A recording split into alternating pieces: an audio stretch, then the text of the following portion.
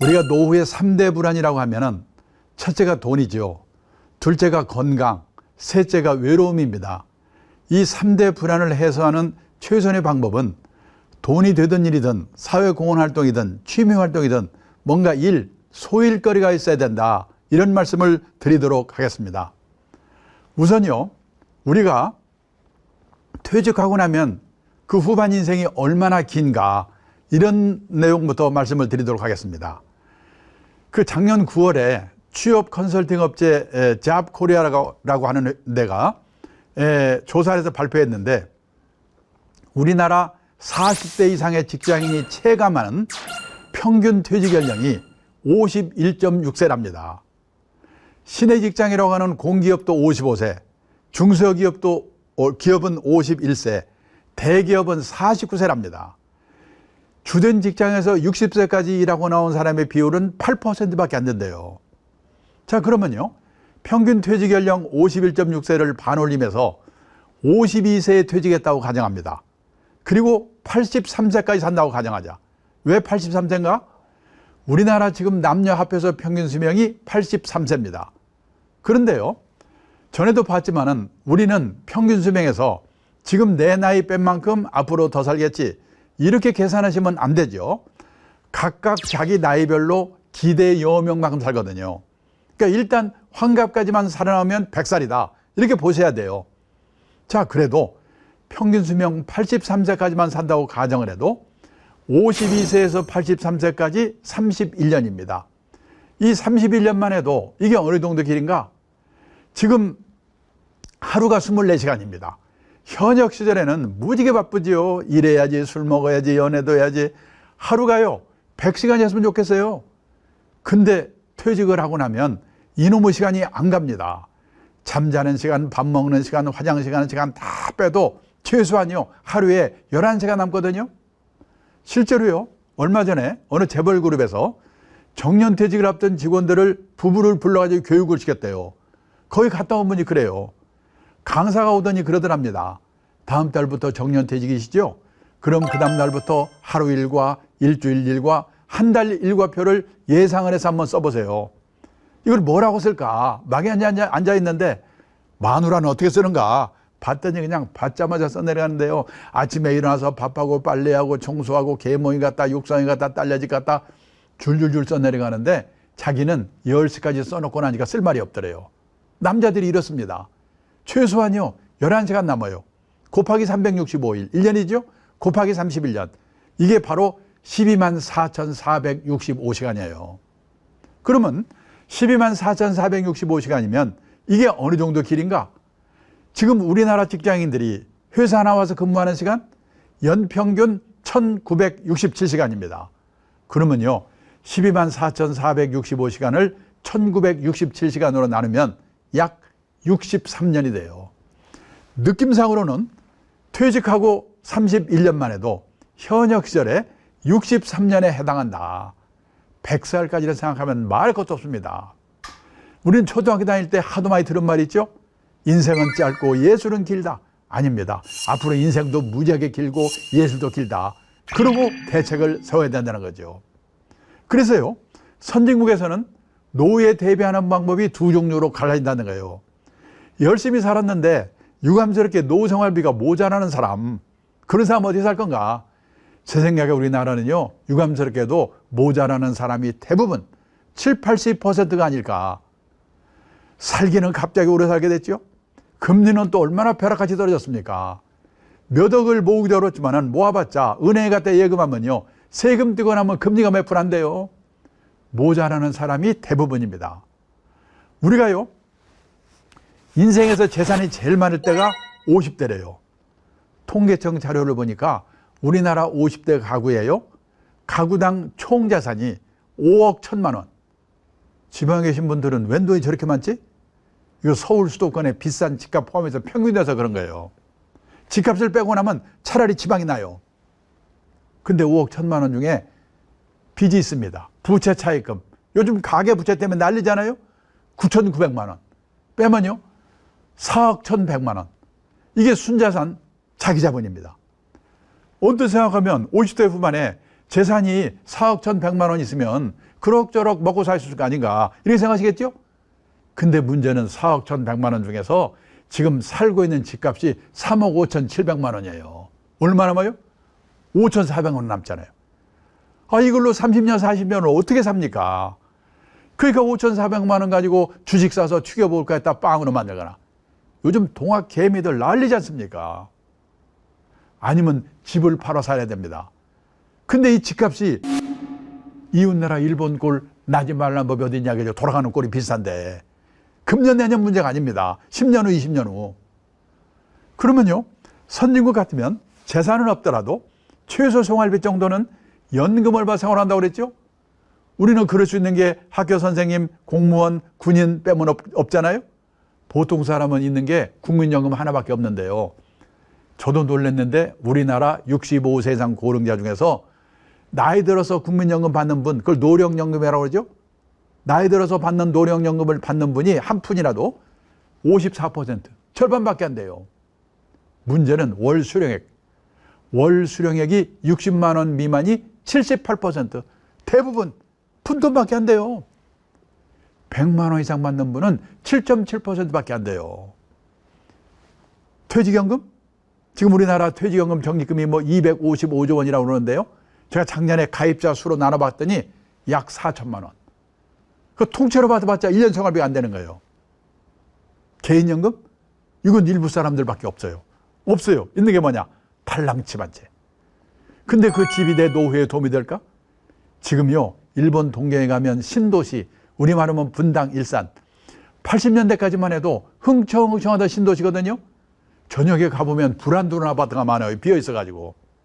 지금 일본의 빈집이 846만 채래요. 10년호가 되면 4채 중에 한 채가 빈집이 될 거래요. 우리나라 빈집? 재작년에 보니까 우리나라도요, 151만 채가 빈집이 있대요. 그 시골에 농가주택 비어 있는 거?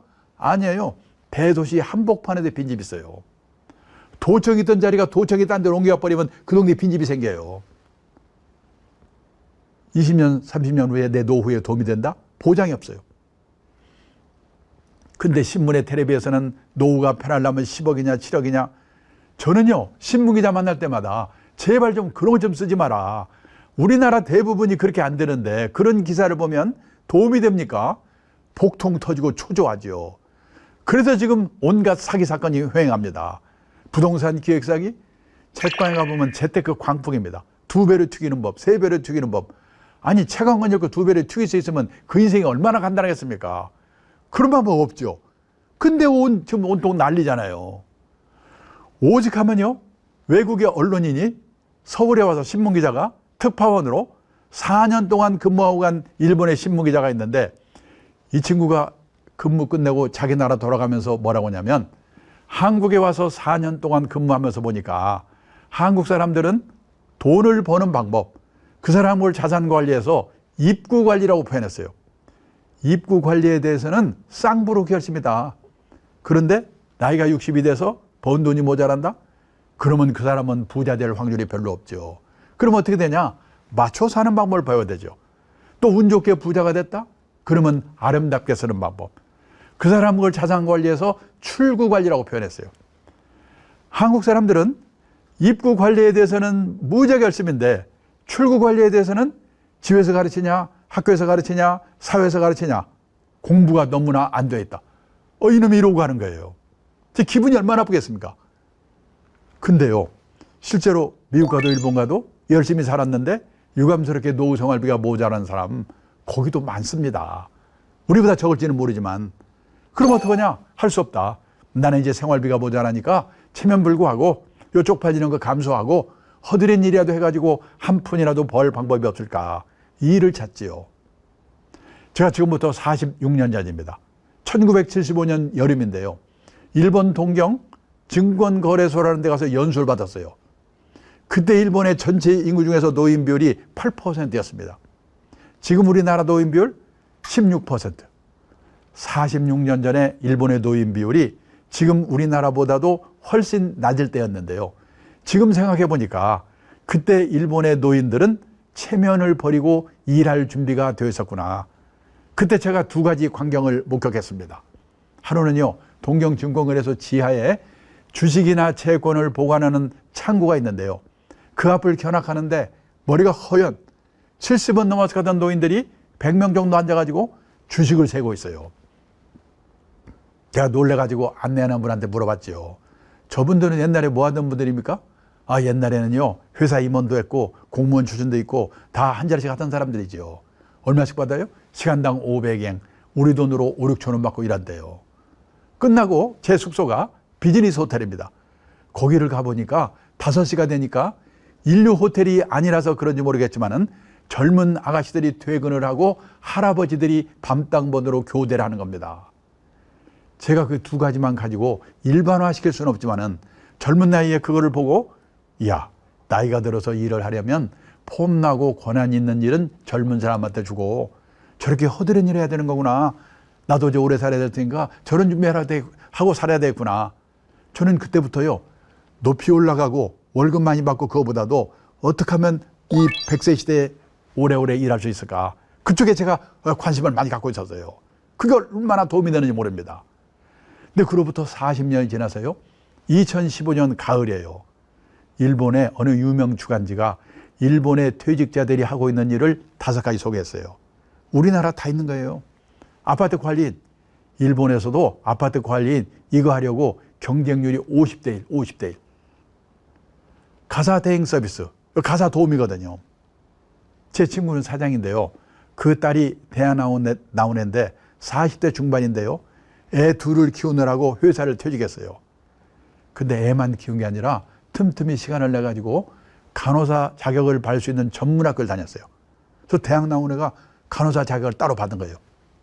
근데 지금 일본에는요, 방문개호라고 그래가지고, 개호는 전에 말씀드렸죠? 우리말로 말하면 간병, 돌봄 이런 뜻이래요. 경제력이 있는 노인들이 혼자 아니면 둘이 사는 집에 가가지고 주사도 놔주고 건강 체크해주고 간단한 집안일 도와주고 그러는 일의 수요가 막 폭발되어 들고 있어요. 그거에서 돈 벌고 있어요. 사장 딸이고 대학 나왔는데. 중요한 거는 이런 일을 하면서도 쪽팔려 하지 않고 이런 일을 하는 사람을 우습게 보지 않고. 근데 그동안에 우리나라는요, 일도 없지만은 하고 싶어도 체면 이 남의 눈 때문에 어려웠거든요. 그런데 요 몇 년 전부터 우리나라도 무섭게 바뀌고 있어요. 얼마 전에 제가 택시를 타고 가는데요. 기사분이 60이 좀 넘은 분인데 외국 회사의 서울 지사장을 했대요. 이분이 지사장 할 때는 기사 딸린 에쿠스 차에다가 부인은 사모님 소리 듣고 폼 잡고 다녔대요. 근데 이분이 대단한 게요, 지사장을 끝내자마자 목표를 세웠는데 나는 3년 이내에 개인 택시 받을 자격을 갖자. 그러려면요, 영업용 택시를 3년 무사고 운전해야 된답니다. 그때 그분이 1년 8개월이 됐다고 하더라고요. 그런 분이 우리도 지금 늘고 있어요. 그렇게 살다 보니까 60이 돼서 먹고 살 걱정을 하고 됐다. 유감스럽게 우리나라는 그런 분이 20, 30%밖에 안 돼요. 그러면 그분들은 퇴직도 했고 먹고 살 걱정도 없으니까 놀고 먹으면 되는가? 아닙니다. 특히 도시에 사는 사람일수록 퇴직하고 소일거리가 없어서 미치거든요. 요즘 서울 시내 인류 호텔에 헬스클럽 한번 가보면 왕년에 장관, 차관, 사장이던 사람 다 모여있어요. 거기서 오전 시간 때우고 오후에 커피숍에서. 얼마 전에 정부 고관을 했던 제 친구가 저녁 먹으면서 뭐라고 하냐면, 자기는 아침에 잠에서 깨면 침대에서 내려오기 전에 오늘은 뭐 할까? 그 생각부터 해놓고 그때 내려온대요. 하루 이틀도 아니고 30년, 40년 그렇게 살아보세요. 환장합니다. 그래서요, 선진국에서는 퇴직하고 먹고 살 걱정이 없는 사람 뭐 하는가? 취미활동 절반, 봉사활동 절반이면서 약간의 용돈벌이 하는 일, 그런 일들을 다 하고 있다는 거예요. 그 대표적인 게 여기 있는 NPO 활동입니다. 민간 비영리 조직. 미국 가면요, 200만 개 정도의 NPO가 있대요. 거기서 무슨 노인들 돌봐주는 거, 지역사회 개발, 그 다음에 애들 교육, 무슨 뭐 이런 거 해가지고요, 가서 퇴직하고도 뭔가 보람있게 일을 해요. 현역 시절 같으면 100을 받았을 텐데 한 30 내지 40 정도 받습니다. 먹고 살 걱정은 없는 분들이니까. 그러면 60 내지 70은 사회공헌 활동, 요즘 유행하는 재능 기부지요. 그리고 30 내지 40은 용돈벌이.